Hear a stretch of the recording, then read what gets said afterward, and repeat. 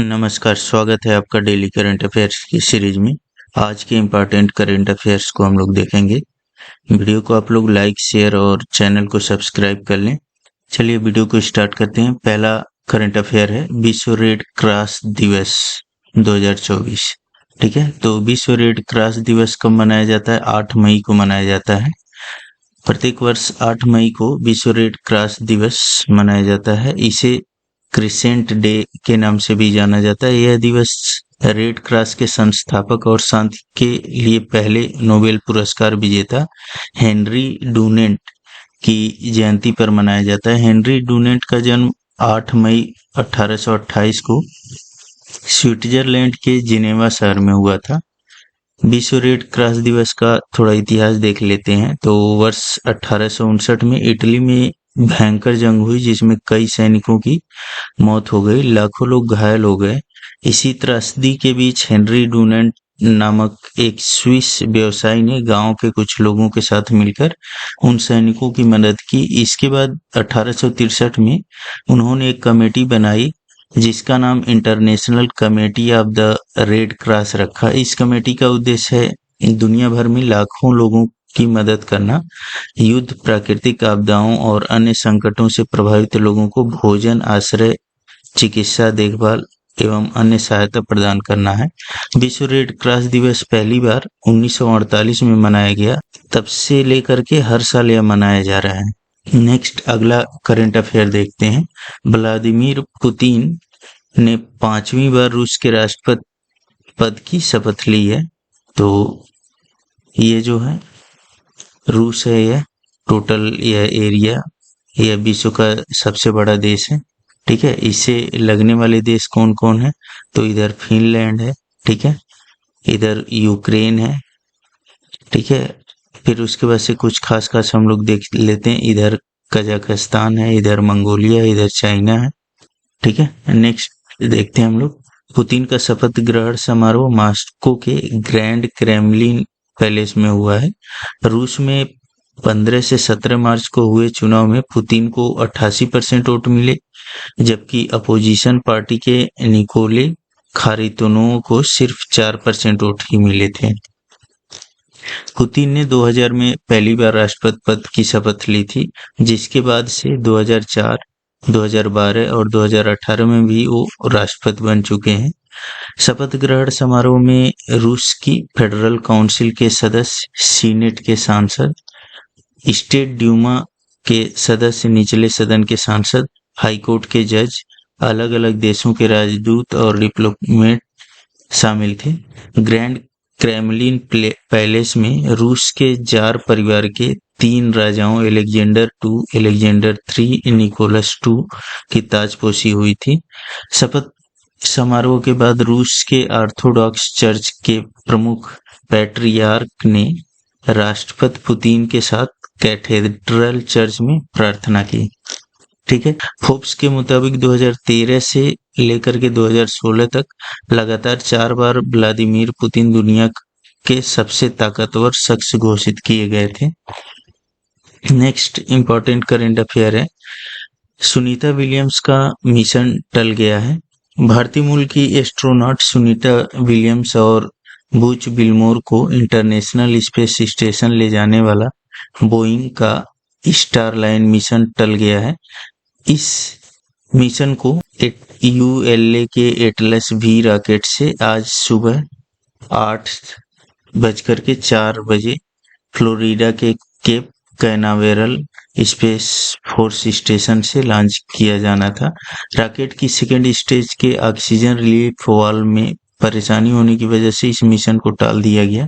इस मिशन के सफल होने पर इतिहास में पहली बार अमेरिका के पास एस्ट्रोनॉट को स्पेस में भेजने के लिए 2 स्पेसक्राफ्ट हो जाएंगे। अभी अमेरिका के पास इलॉन मस्क की कंपनी SpaceX का ड्रैगन स्पेसक्राफ्ट ही है। स्टारलाइनर को मैक्सिमम 7 लोगों के क्रू को फिट करने के लिए डिजाइन किया गया है, लेकिन नासा मिशन 4 लोगों के क्रू को ले जाएगा। नासा को प्राइवेट कंपनियों के स्पेस सेक्टर में आने से एडवांस टेक्नोलॉजी डेवलप करने में मदद मिली है, जिससे मिशन कॉस्ट भी घटी है। 2011 स्पेस शटल प्रोग्राम बंद होने के बाद अमेरिका ISS तक पहुंचने के लिए रूस के सोयूज स्पेसक्राफ्ट पर निर्भर हो गया था। नेक्स्ट अगला करंट अफेयर है, इसरो का semi cryogenic engine test successful हो गया है। तो Indian Space Research Organisation ISRO ने बताया कि सेमी क्रायोजेनिक इंजन के डेवलपमेंट में एक और टेस्ट पास कर लिया है।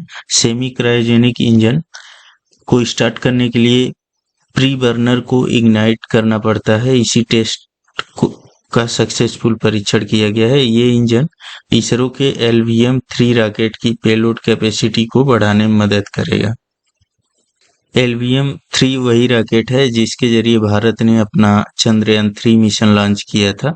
चंद्रयान-4 मिशन में भी इसी रॉकेट का इस्तेमाल होगा। इसरो का semi cryogenic engine liquid oxygen और केरोसिन के कॉम्बिनेशन पर काम करता है और 2000 किलो न्यूटन का थ्रस्ट जनरेट करता है। इसमें ट्राई इथाइल एल्यूमिनाइड और ट्राई इथाइल बोरान के कॉम्बिनेशन का इस्तेमाल किया गया है। जब ये इंजन बनकर तैयार हो जाएगा तो LVM-3 रॉकेट की सेकेंड स्टेज में लगे विकास इंजन को रिप्लेस करेगा। इसरो का मुख्यालय कहाँ है? बेंगलुरु में। स्थापना इसका 15 अगस्त 1969 को और संस्थापक विक्रम साराभाई हैं। नेक्स्ट करंट अफेयर है, GS-STAT के पहले अध्यक्ष।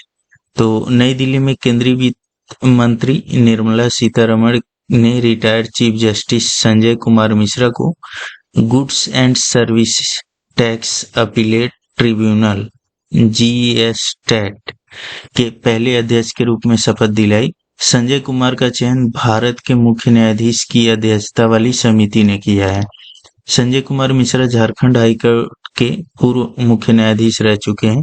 GS-STAT या इसको बोलेंगे हम लोग GST एक्ट केंद्रीय वस्तु एवं सेवा कर अधिनियम 2007 के तहत स्थापित अपीली प्राधिकरण है। यह राज्य और केंद्र शासित प्रदेश GST अधिनियम के तहत विभिन्न अपीलों की सुनवाई करता है। इसमें एक हेड बेंच और विभिन्न राज्य बेंच शामिल है। GST परिषद की मंजूरी के मुताबिक सरकार ने दिल्ली में स्थित हेड बेंच और देश भर में विभिन्न स्थानों पर 31 राज्य बेंच अधिसूचित किया है। GST एक्ट न्यायिक सदस्यों के लिए 63, तकनीकी सदस्यों के लिए 32 आवेदन मांगे हैं। GST एक्ट 1 जुलाई 2024 से दिल्ली स्थित हेड बेंच से काम शुरू करेगी। ठीक है। BSNL देश भर में अगस्त से शुरू करेगी 4G सर्विस। ठीक है। तो पब्लिक सेक्टर की टेलीकॉम कंपनी भारत संचार निगम लिमिटेड BSNL ने इसी साल अगस्त से देश भर में 4G सर्विस शुरू करने की घोषणा की है। BSNL की ये सर्विस पूरी तरह से स्वदेशी टेक्नोलॉजी पर बेस्ड होगी। ठीक है। इस स्वदेशी टेक्नोलॉजी को IT company Tata consultancy services TCS और टेलीकॉम रिसर्च ऑर्गेनाइजेशन CDOT की पार्टनरशिप वाली कंसोर्टियम ने मिलकर डेवलप किया है।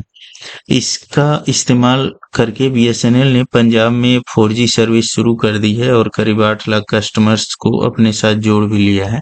BSNL अधिकारियों ने 4G नेटवर्क पर 40 से 50 MB पर सेकेंड की मैक्सिमम स्पीड का दावा किया है। नेक्स्ट इसमें इम्पोर्टेंट थोड़ा देख लेते हैं। TCS तेजस नेटवर्क और सरकारी स्वामित्व वाली ITI को 4G नेटवर्क तैनात करने के लिए BSNL से लगभग 19,000 करोड़ रुपए का ऑर्डर मिला है।